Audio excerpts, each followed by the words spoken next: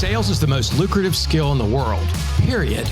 The problem is most sales advice out there today is outdated, cheesy, and could even keep you from the deals that can make all the difference in your career. This is the No BS Sales School, a podcast for entrepreneurs and salespeople who want to master the skill of selling without all the BS.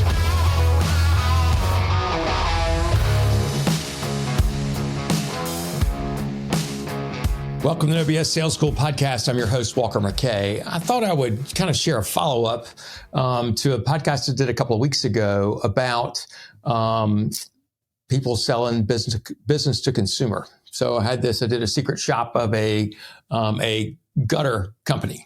And so I had two salespeople call on me. One came out, and then 3 or 4 days later, another one came out.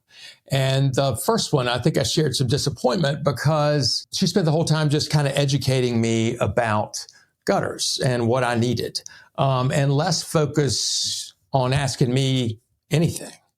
And so it really felt just more of an education session, and it wasn't much at all of a sales thing. And the education wasn't very valuable to me unless I want to put up my own gutters, which I don't. But I didn't feel any compelling reason to buy at the end of that presentation. So anyway, I was disappointed, and I realized I know how much that company pays for leads, and I'm like, God, I wonder how often this happens. And by the way, this was their top salesperson, which is great, right? But I think how much better she could be, and how much more business they could close if they had some kind of able to help people figure out their compelling reason why they would need to make a change in their gutters, right? And this is what we all struggle with. This is what sales is having somebody trust us enough to give us money to make a problem go away. But we have to realize among the main words in that comment or that statement is problem.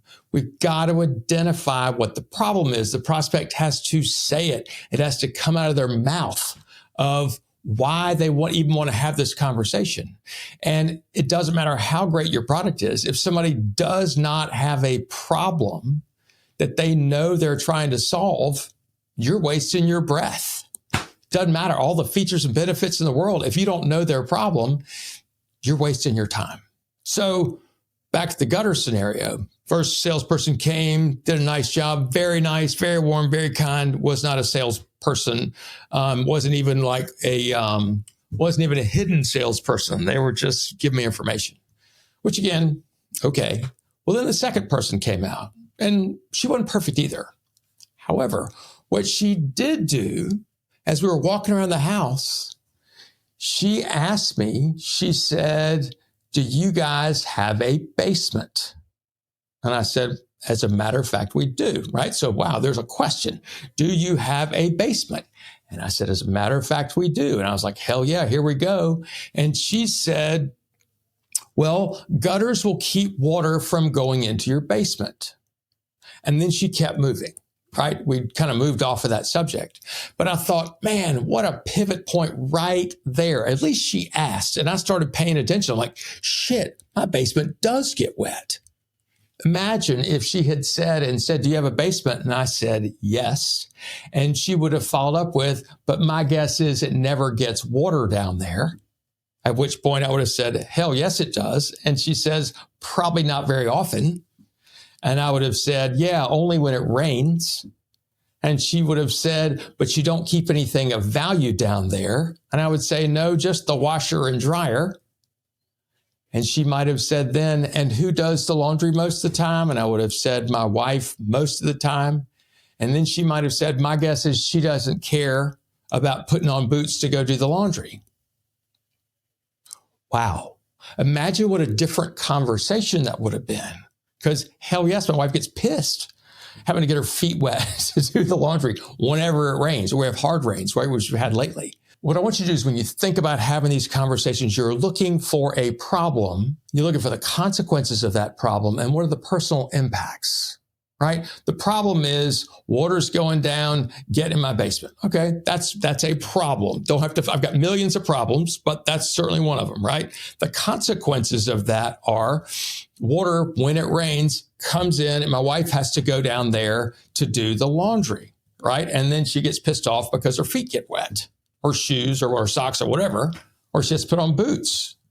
And the personal impacts on me are, she's pissed off. She's mad. She's another reason to be mad at me because the basement's wet, right? Boy, I went from having no budget, no desire to get gutters to, damn, I better get them because it's expensive. I don't want Sally to be upset. I don't want her to be mad, especially with me. This is something that's fixable. Why would I not look to fix that, right? Because all of a sudden, when it goes from problem to consequences to personal impacts on me, it's amazing what you can find money to fix. If you're trying to sell your prospects by just giving them information, educating them, all these things, but you're not educating yourself on why somebody would give a damn. If you're not trying to figure out what's the problem here, is there any reason that these guys would want to do anything different or differently? Remember, I've said this before, 2 questions a prospect has to answer in their own mind, in their own head, in this order. Number 1, am I going to do anything different or differently? In other words, have I spoken out loud to the salesperson about a problem, at which point the salesperson has asked me questions to figure out how much of a problem it really is, to help me figure out how much of a problem it really is, right? Salesperson's not leading me. They're asking me. Once I say, shit, it gets wet down there. My wife's pissed off about the washer and dryer, right? Then and only then, after I have said out of my mouth, hell yes, this is a problem. This is how it impacts me. Then and only then, the second decision I make is, and who would I fix this with? And who would I fix this with? Who would I hire to help me fix this? If the person in front of me is the one that helped me figure it out, it's like a much higher percentage of chance that I'm going to hire that person right in front of me. Don't be the person that's just there to educate. Educate your own damn self. What are the problems that they're facing? Even if they don't even know they're related to what you do. I never thought about gutters. I never connected gutters to a wet basement. I just thought it was groundwater, which comes from having shitty gutters or no gutters at all. I'm Walker McKay with No BS Sales. Find out about your customer's basement. What is the basement in your world that floods? If you like this episode, share it with somebody else who needs to hear it. Thanks.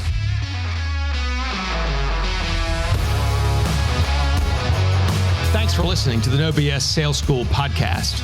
If you're struggling to close deals, then I want to invite you to take my free mini course, where you'll learn the 7 most expensive sales mistakes that will cost you time, money, and credibility. So be sure to click the link in the show notes or go to www.7salesmistakes.com.